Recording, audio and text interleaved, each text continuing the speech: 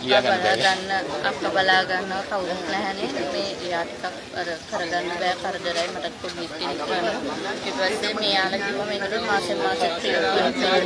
මාසෙන් මාසෙ doctor කෙනෙක් ඇවිල්ලා බලනවා ඒ දේවල් ඔක්කොම කරනවා බය වෙන දෙයක් නැහැ යාලා ඔක්කොම දේවල් කරනවා මාසෙට 35000ක් අපි ගෙවන්නවා මාසෙට 35000ක් ගෙවනවා පාරක් අසනීප වෙලා කොහමද හොස්පිටලෙට ඇඩ්මිට් කරලා තිබුණා. ඒ ඇඩ්මිට් කරලා තිබේවලත් මේ තමයි සල්ලි ගෙවුවා. ළඟ ලයින් එක ගිහින් අපි සල්ලි දුන්නා. ඊට පස්සේ අපි ඩොක්ටර්ස්ලාට කතා කරලා මෙයා දවස් ගානේ ආවේ මුලි බලන්න. පරිපූර්ණයල පිළිසඳු කරලා නැහැ විස බීජ ඔක්කොම එක්ක මෙයාට අර සෙමවලට තමයි මේ රෑෂ් එකක් හිටියා රෑෂ් එකක් එහෙම තේ තිබුණා අපි ඇඳුම් ගෙනලා දුන්නට එයාලට ඒ ඇඳුම නෙමෙයි අඳන්නේ කියන්නේ දැන් අද මෙයා ඇඳන් හිටියොත් ඒ ඇඳුම හිට වෙන කෙනෙක් අඳිනවා එහෙම කොච්චර ඉතින් සල්ලි දුන්නත් වැඩක් නැහැ කන්න බොන්නම දීලා නැහැ